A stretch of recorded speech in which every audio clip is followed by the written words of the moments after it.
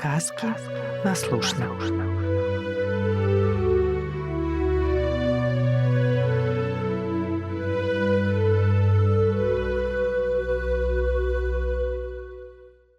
Мяне завуць Лахнеска.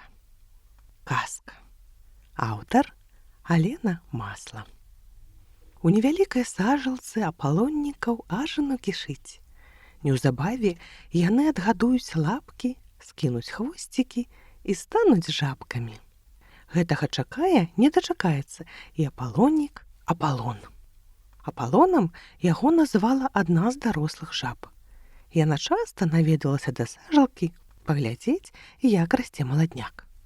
«Вось гэты самы спрытны і самы вялікі», штораз захоплена казала жаба.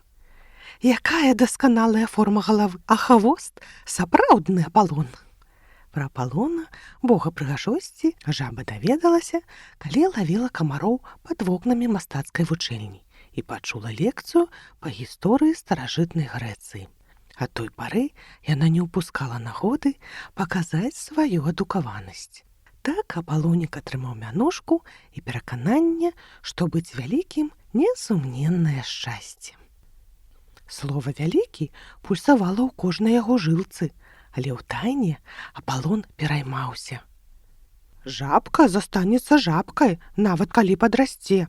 Не цягацца ёй ні з кракадзіламі, ні з бегемотамі», разважаў Апалон. «Ды што там за морскія жывёлы? Нават з красулей не зраўняцца жабцы ў памерах». Аднойчы ўначы сумненні асабліва даймалі Апалона. Не спалося, і ён плаваў пры мясцовым святле. Раптам нечая галава прыпала да вады і засапла. «Красулю не забралі з поля!»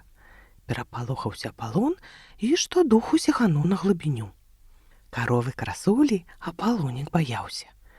Яна пасвілася непадалёк і аднойчы так рыкнула над вадой, што ў Апалоніка ў ледзь не падвальваліся хвосцікі. Тым разам абышлося, але раптам зараз красуля надумала выжлукціць у сажалцы ваду. Апалонік назіраў за істотай. Калі гэта красуля, куды падзеліся яе рогі? Чаму не бачна вушэй? Набраўшыся адвагі, Апалонік паціху пачаў падымацца наверх.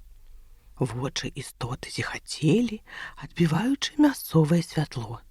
І Апалону было страшна так, што хвост млеў.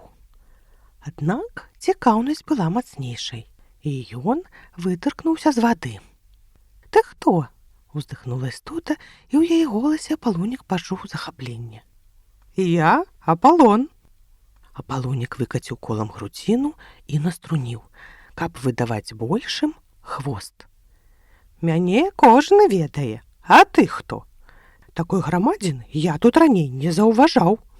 З вачэй істоты выкаціліся і ўпалі ў ваду дзве грамністыя слязіны. «Лахнес на Вахнес», — сумна прамовіла яна. «Твая праўда, я грамадзіна». «Не плач», — перапалохаўся Апалон, «а то сажалка выйдзе з берагоў». Істота цяжка ўздыхнула, але адвярнулася, і цяпер яе слёзы падалі на зямлю. Апалонік назіраў за незнаёмкай. «Даруй», — падаў ён голас, «ты часам не Апалонік? Ты вельмі падобная да нас, толькі вялікая. Ты натхняеш мяне сваім выглядам». «Натхняю?» — здзівілася істота. «Ну так, я маленькі Апалонік, але мару стаць вялікім. Хачу вырасці такім, як ты». Істота перастала плакаць. «Навошта расці вялікім? Ты такі ладны. Гэта б я хацела быць такой, як ты. Ды, на жаль, я не Апалонік». «Але ж і не карова?» — расхопіўся збіты з панталыку Апалон. «Я Лахнеска», — узрушылася незнаёмка, «а ніякая не карова. Хаця адна рыбіна ў возеры Лахнес дражніць мяне менавіта так. Праз яе я і з дому збегла». «А як выглядае тая рыбіна?» — зацікавіўся Апалон. «Касцістая і танюткая, як пруток». «Дык яна зайздросціць. Ты прыгожая, такіх больш няма». Лахнеска недаверліва зірнула на Апалона. «Ведаеш, колькі я пераплыла па марах, азёрах і рэках, перш чым трапіць сюды. і паўсюль чула. Цяпер мода на пляскатых, як камбала, ці на доўгіх і тонкіх, як вугорчык. Быць вялікай старамодна. Яны нічога не кемяць у красе. Марская зорка смяялася з мяне. Яна баялася, што яе зорнасць патухне побач з табой. Але мне і маім родзічам спакою няма нават у родным возеры.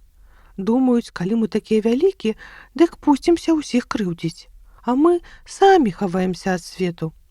У Лахнескі з вачэй зноў закапалі слёзы. Апалонік да сябе не мог дайсці ад здзіўлення. Такая вялікая, такая гожая, і каб так не разумець свайго шчасця. Яму закарцела зрабіць для новай знаёмай штосьці добрае. Я стану супержабам, дастану табе з неба зорку, каб ты ведала, што самае прыгожае. Я б дастаў і месяц, але ён вялікі, не адужаю. Лахнеска засмяялася. А ты ведаеш, чаму месяц здаецца большым за зоркі? Ён бліжэйшы да зямлі. Можа, тыя драбнюткія, як мак, і ёсць самыя вялікія. Толькі яны дужа далёка, і мы не можам разгледзець гэтага, сказала яна і дадала. Не ўсё, што выглядае маленькім, маленькая па сутнасці. Вось у цябе вялікае сэрца. Але ж, сумеўся Апалон, і маленькая падабаецца не ўсім. Я пра вялікае мару. А давай сябраваць, прапанавала Лахнеска. Ты марыш пра вялікае?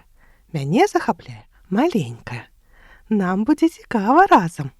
Так Лахнеска і Апалон пасябравалі. Лахнеска расказала Апалону пра возера Лахнес, дзе жывуць апошнія на зямлі дыназаўры. Яны мусяць хавацца ад старонніх вачэй, бо не толькі марская зорка і касцістая рыбіна не любяць іх. Людзі, якія амаль нічога не ведаюць пра іх род, празвалі лахнесак пачварамі. А ў чым наша віна? Гіганты і карлікі ёсць нават сярод зор. Усе розныя, сказала Лахнеска.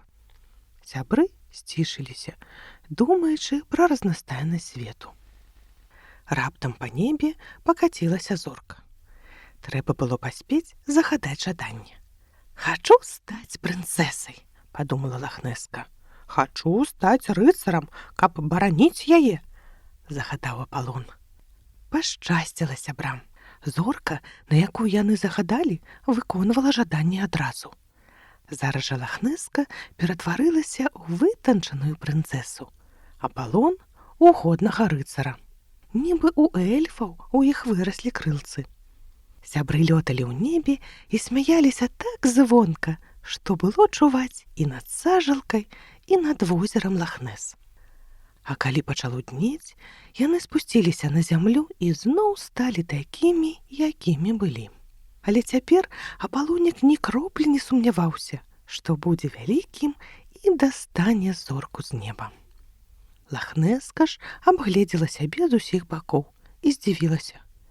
Як яна не бачыла раней, што ў яе грацыёзная шыя, вялікія вочы і гладзенькая скура.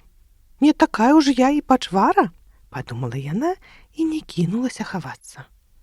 Яна ўсміхнулася і сказала ўсім: «Прывітанне, мяне завуць Лахнеска». «Крум, крум, крум», — азваліся дарослыя жабы.